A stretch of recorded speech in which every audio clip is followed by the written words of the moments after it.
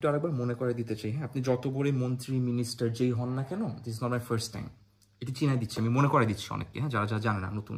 শুনলাম রিফাতাতুল নামে এখন ফেসবুক হুজুরের নাকি মেয়েদের সাথে পার্সোনাল কিছু ছবি ভাইরাল হয়েছে। তো চলেন আজকে ওই বিষয়ে কথা বলা যাক।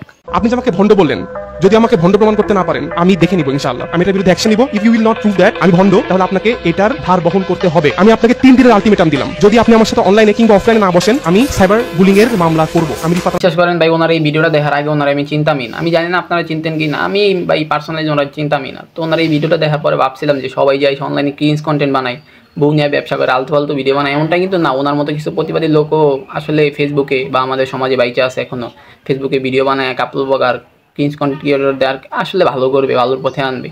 তো ভাই কিছুদিন যাইতে না যাইতে ওনার এই পিকগুলা দেখা একবারে আমার যত বিশ্বাস যত আস্থা ছিল একবারে সব এক নিমেষেই মরে গেছে ভাই।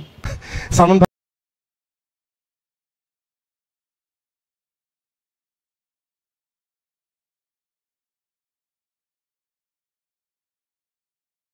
আমাদের প্রতিবাদী ভাইরা কিন্তু কিছুদিন আগে কিন্তু সালমান মুক্তারদের নিয়ে কিন্তু ভিডিও বানাইছিল। তো ভিডিওটা দেখে ভাবছিলাম যে আসলেই সালমান মুক্তার এটা ঠিক করতেছে না, তার বউ নিয়ে ব্যবসা করতেছে বা বিভিন্ন ধরনের অ্যাডস বানাইতেছে, বিভিন্ন ধরনের বিজ্ঞাপনের ভিডিও বানাইতেছে তার বউ নিয়ে, আসলে এটা কিন্তু ঠিক করতেছে না। আসলে সালমান মুক্তারই ভুল করতেছে।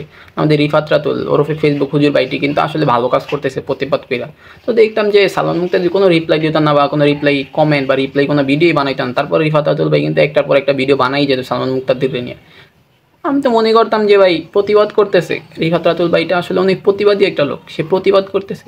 এখন ভাই কে জানতো যে প্রতিবাদী রিফাত রাতুল ভাইয়ের পিছনে আরো একটা ক্যারেক্টার লুকে আছে, যে ক্যারেক্টারটা কিনা সালমান মুক্তাদিরের মতো ক্যারেক্টার। আপনি যে আমাকে ভণ্ড বললেন, যদি আমাকে ভণ্ড প্রমাণ করতে না পারেন। এইসব পিকচারগুলো ভাইরাল হওয়ার পরে কিন্তু আমাদের প্রতিবাদী রিফাত রাতুল ভাই কিন্তু তার ফেসবুক পেজে কিন্তু একটা পোস্ট করছিল যেগুলো আমার ফ্যামিলি মেম্বারদের সাথে ছবি, আমার বোনদের সাথে ছবি। ফ্যামিলি মেম্বার মানে কি, এগুলো তার বোন টাইপের হবে, বোনের বই হিসেবে তার বোনের সাথে ছবি। আমি ভাবলাম যে ভাই আমি বুঝে নিলাম যে আপনার আপন বোনের সাথে আপনি ছবি তুলতে পারবেন, তো এরকম খোলামেলা পরিবেশে আপনি ছবি তুলছেন বা প্রত্যেকটা ছবিতে আলাদা আলাদা মেয়ে, তো আপনি আলাদা আলাদা মেয়ের সাথে প্রত্যেকটাই কি আপনার আপন বোন ভাই, এটা আপনার কাছে আমি জানতে চাই।